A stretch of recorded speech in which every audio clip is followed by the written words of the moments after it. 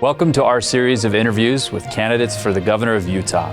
I'm Mike Mendenhall, president of the Utah League of Cities and Towns. We've prepared our questions based on a survey of our league board of directors. These mayors and council members have prioritized issues important to the residents in the areas they represent.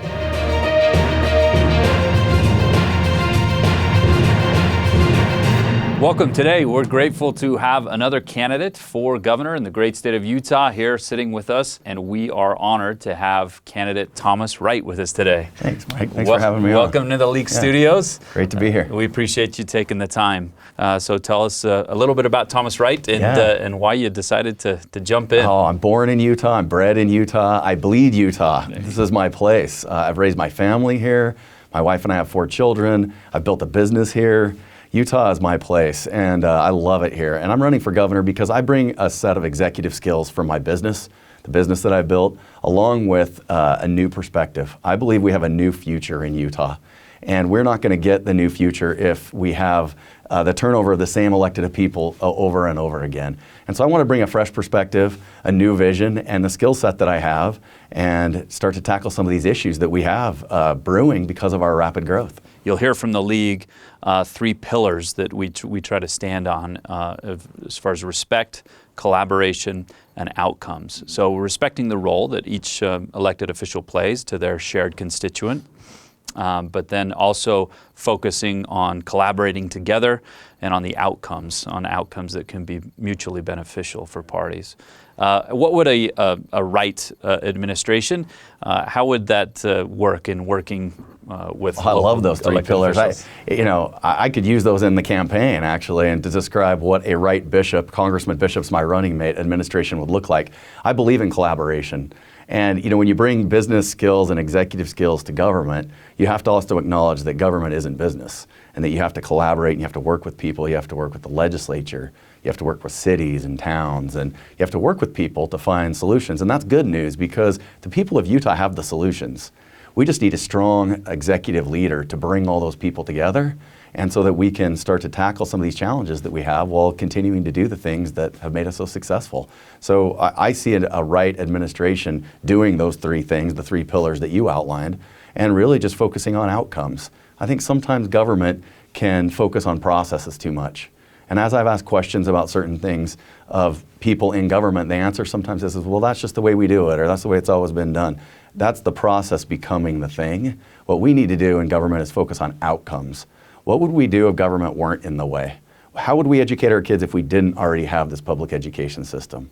Focusing on the outcomes and not just necessarily the processes. So I love that pillar of your, the 3 pillars that you have. They're all great, but the outcomes I think is a big one. Our constituencies across the state as well, one of the things they're most anxious about is the growth in the state of Utah. Somewhat of a two-edged sword, right? The economic success of our state is attracting a whole lot of people from all over the world, but also we have an internal high growth rate, right?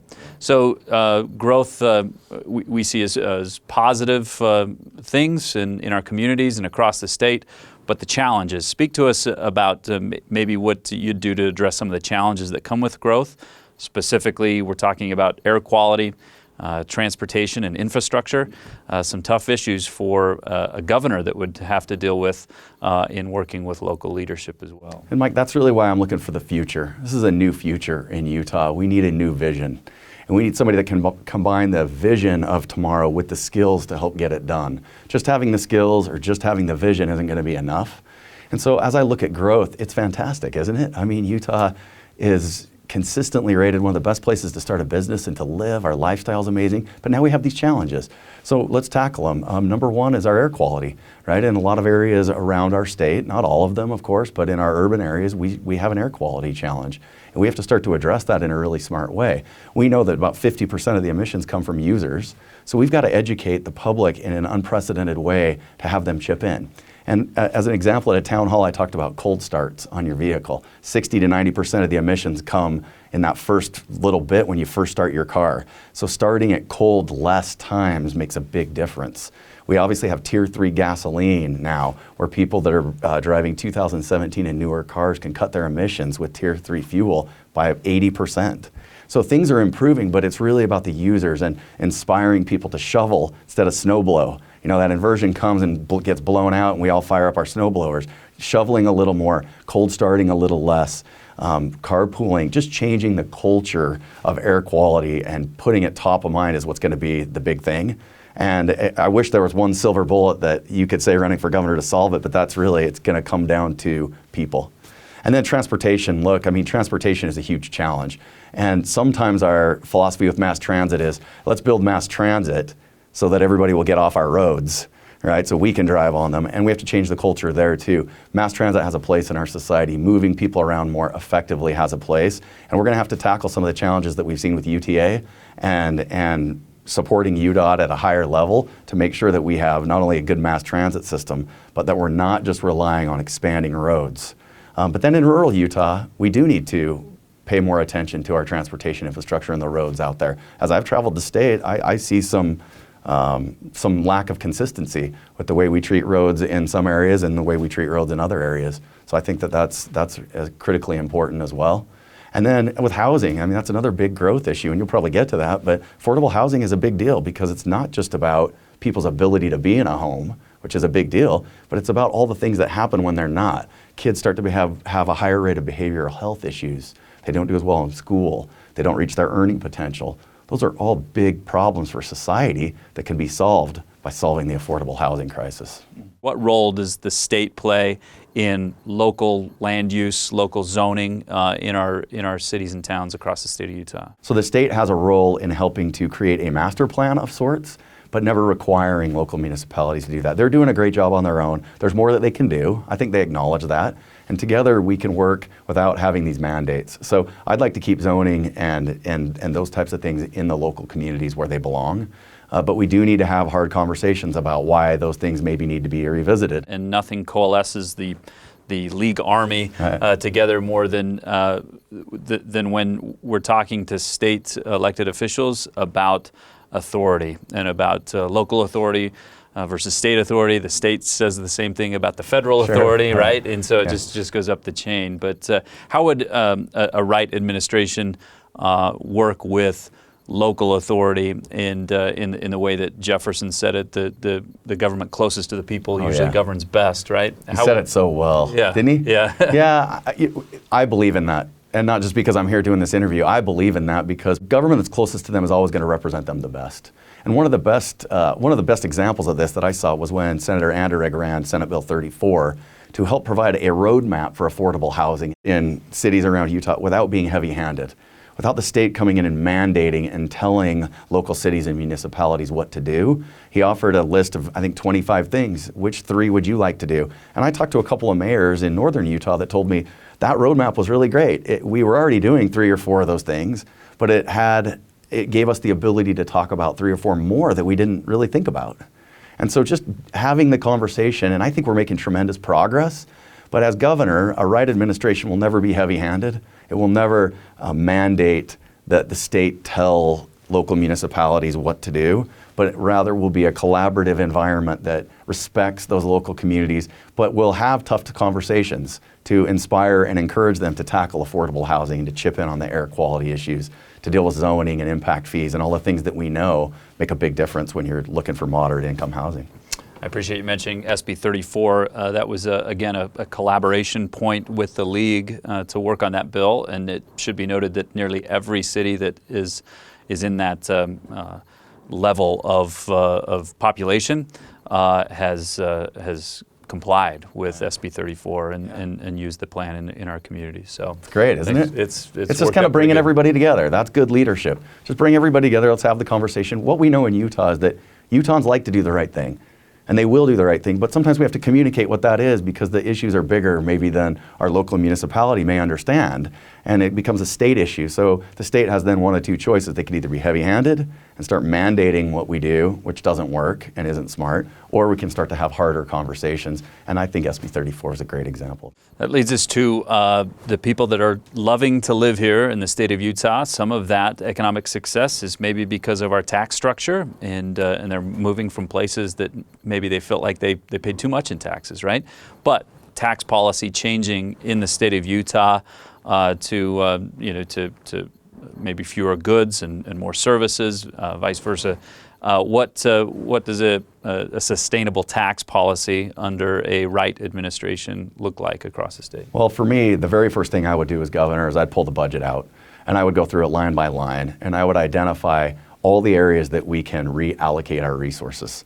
I think we have an allocation problem in this state. When I look at the budget and I look at what our priorities are, I'm not always convinced that our priorities are matching our spending.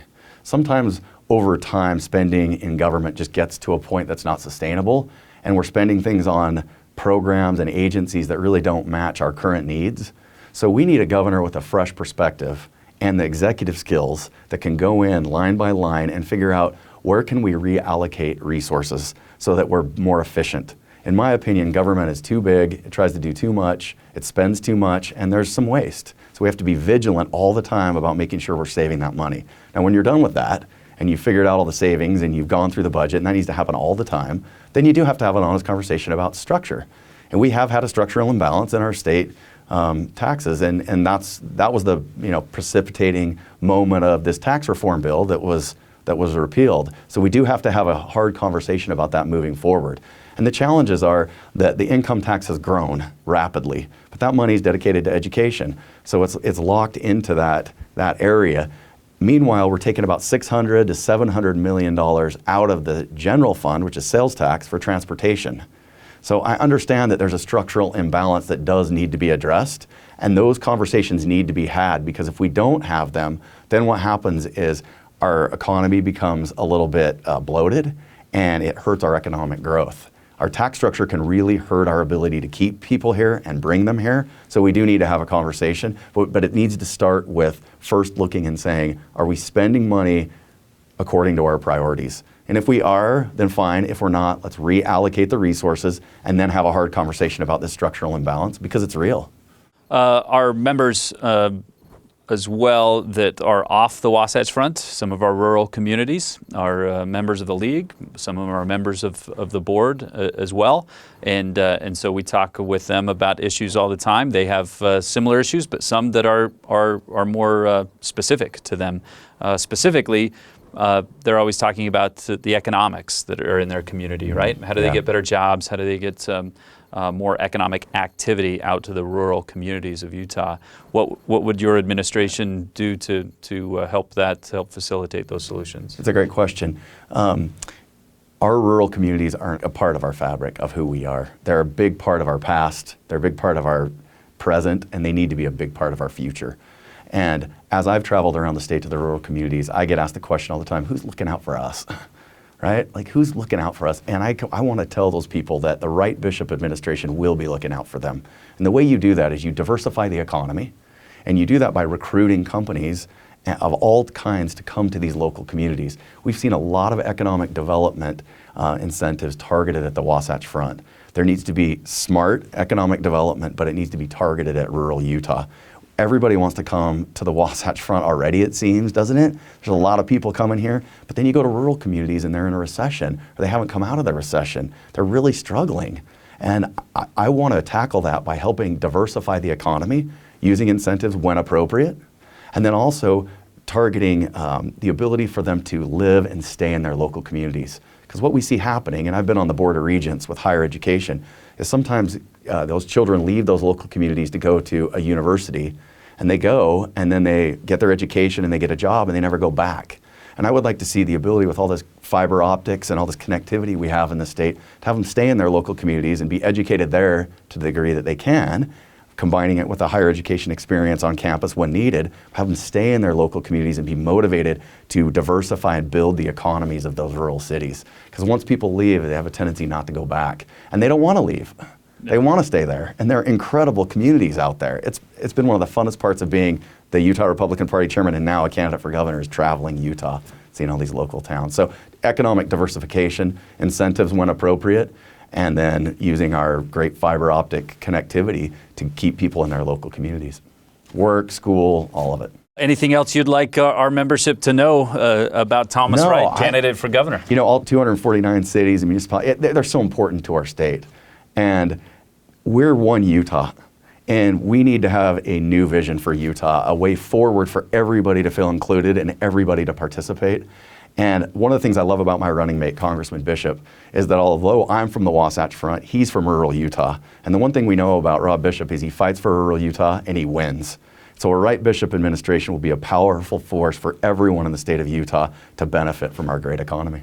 Thank you, Thomas Wright. Appreciate your time. Hey, thanks for having me on. And thanks for coming to the League of Cities and Towns. Great. Thanks for watching our Questions for the Candidates series brought to you by the Utah League of Cities and Towns. And as you weigh your decisions this election year, remember that the government closest to the people governs best.